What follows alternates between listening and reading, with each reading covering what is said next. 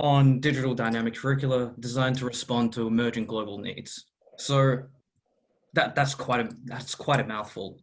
So I want to use the second word, dynamic, but I'm going to use the definition of random access memory as our background for it. So that is requiring periodic refreshment of charge in order to retain data. Now, using that definition for our digital curriculum is that curriculum is got to be refreshed. It can't be the standard that we've got currently. With our emerging needs or our current needs, they're not going to sustain itself. The solutions that we have come up with aren't going to sustain ourselves due to the fact of those are in the past. We need to think ahead. We need to think and start striving for the future. And that can only start with designing our leadership programs, entrepreneurship programs to combat these, to see where these avenues can go. And that can only be done if we have them changing on the regular, from year to year or month to month, whatever it may be. Now, to be able to design something, you've first got to go to the past. So using data from 10 years ago from Deloitte was a little booklet called Talent Edge 2020, Blueprints for the New Normal 2010. So at that time, of course, they had the global financial crisis and they were recovering. And so one of the fears of executive leadership was their talent. If they were gonna, like, how they were gonna go through that time. Well, we're currently in that time as well. We're going through a recession, we got a global pandemic. So how are we going to design content for our new leaders, for our upcoming leaders, or for the current leadership that we have?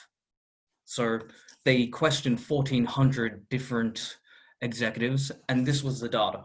So if you can see on figure 4, what are your organization's most pressing talent concerns today? Competing for global talent and in emerging markets, developing leaders and succession plans as number 2, and retaining employees at all levels. And then the 4th one, managing and delivering training programs. Using those 4 elements, we can see that it's 2020 and we still have the same problems. We still have that we're competing for global talent, that we are still developing leaders and succession plans.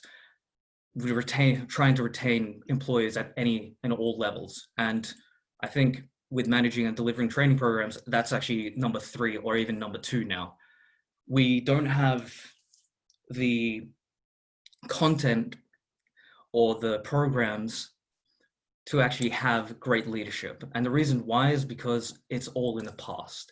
We're not thinking, how can we combat tomorrow? We're thinking, how can we combat yesterday, which that's yesterday. And then going into figure 5, do you expect to see talent shortages in following areas over the next year? R&D, executive leadership, sales? Well, remove sales and it's IT this year and from beyond. And the reason why is because we're using it, such as Zoom, such as meetings and all that. But how are we supposed to implement that in our curriculum? How can we refresh it? Of course, implementing IT is okay, but if you do it in a haphazardly way, then you're going to get inferior leadership. And that's currently what we are right now. We have weak leadership. We don't have leaders that are going to take us to the next point. And we need that. We desperately need that. And the only way that we can do that is if we foster and create better plans, better succession plans, better programs to manage those new and upcoming leaders that have the potential to change the world. And using a quote, of course, it's a long journey ahead. Hard times create strong men. Strong men create good times create weak men, and weak men create hard times. Replace men with leaders, and we're currently at that point of weak leaders create hard times. We're at hard times right now because of the pandemic, because of leaders not going, hey, we're going to go in this direction because it's such and such, or to lead a large group of people because this is a sensible and great pathway. But that's the challenge. Now, designing those programs, designing leadership programs, designing all those type of scholarships that push our new generation of leaders, well, it's got to start with two things: open-mindedness and transparency. And why is that? Well, foundation, of course, is a key. Using Ray Dalio and his principles, which is a great book, be radically open-minded and radically transparent. And why is that? Well, the reason why is because being open-minded, it's having two opposing opinions and finding the best solution out of both of them. Whether they be butting heads, whether they be conflicting with one another, of course. That's the only way that we're going to create something robust and anti-fragile. And with radically transparent, well, being transparent, you can see the weaknesses, you can see the strengths, and it will create content. It will create better ways and better pathways and better solutions if we're transparent with one another, with one leader, with the whole entire group. And to the left, of course, radical open-mindedness and radical transparency are valuable for rapid learning and effective change. That's what we want. We want change. We want change because at the current point, it's not where it should be, or not what it's how it should be. Now, the only way that we can do that when we're creating new content, new curricula, is of course tinkering around. And the reason why we tinker around is because it's the best learning tool. Getting up, falling over, getting up, falling over. It's how we learn. It's how we get to where we are right now of sharing our content globally, where we are currently Zooming each other from different countries. Using Nassim Nicholas Taleb's Skin in the Game quote, the knowledge we get by tinkering via trial and error, experience, and the workings of time, in other words, contact with the earth, is vastly superior to that obtained through reasoning, something self-serving institutions have been very busy hiding from us. Well, using universities globally, there's always that duality of having practical and having theory. And those are the best ways, or are they? Such as even having digital. Is it the best way of just having digital? Of course not. The reason why is because we're humans. We still want to interact. We still want to get into the muck of things. And the best way possible of achieving things is, tinkering around. It's how we have our hobbies. It's how we have our passions. And with content and with the pathways of creating a robust and anti-fragile type of curriculum, that is the best way of how we're going to create something that is going to push forward, that's going to change the things that need to be changed, that is going to push us even further, one step in front of the other. But that being said, there's always going to face challenges and questions, of course. So looking to the future, in order to thrive, not just survive, we must ask three critical questions. With the digital dynamic curriculum design of how we're going to design things for our curriculum, we got to think of where we want our leaders to go. So are there opportunities for growth? Are they there? Of course they are. There's always growth.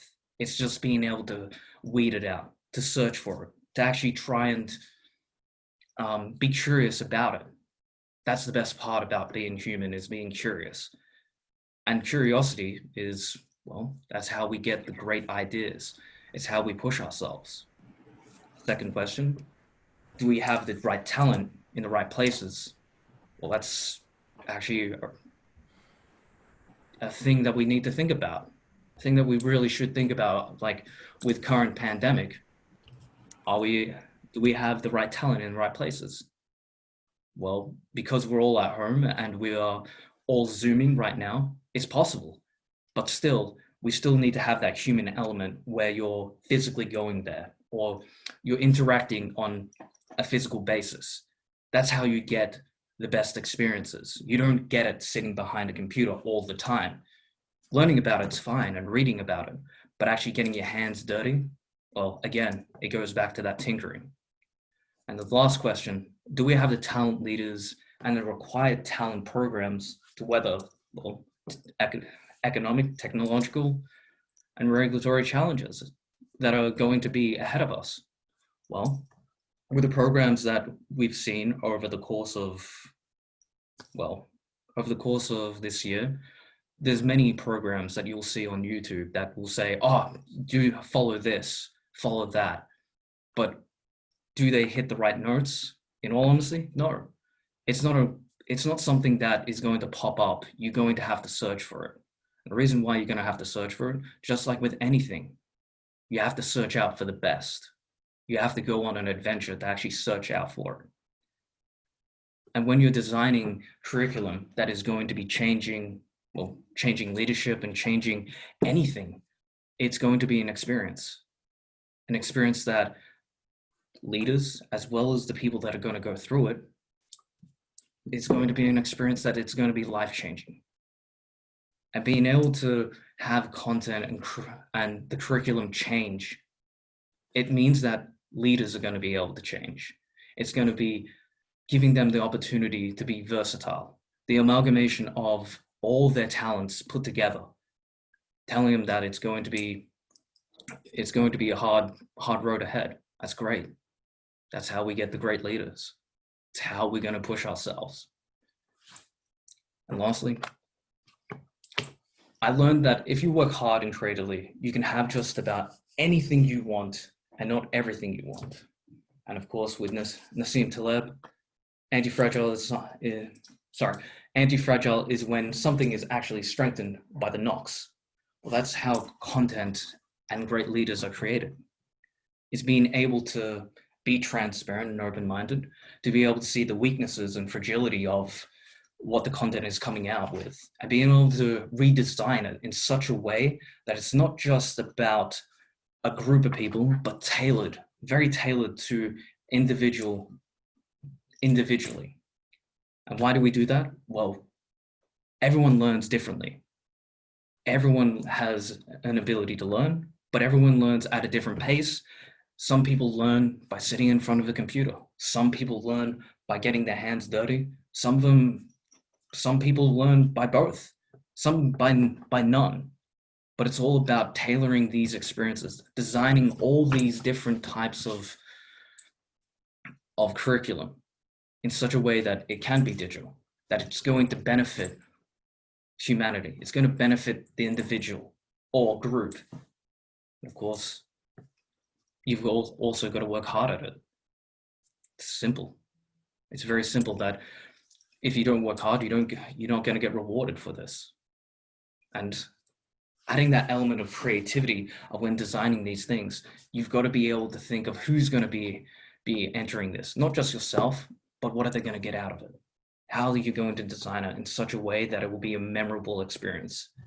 That when they think back 20 years, when they're either at the top or they're still where they want to be, they can think back and go, yes, that was the experience that changed me.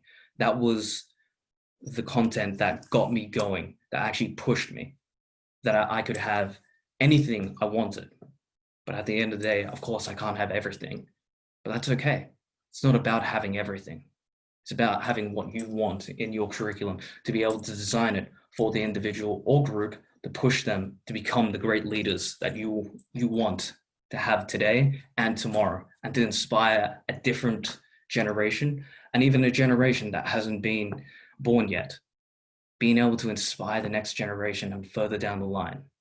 That's the curriculum of guiding leaders, having proper leaders, creating content to design and create great leaders to have great outcomes. So thank you for listening to me. It's been a pleasure.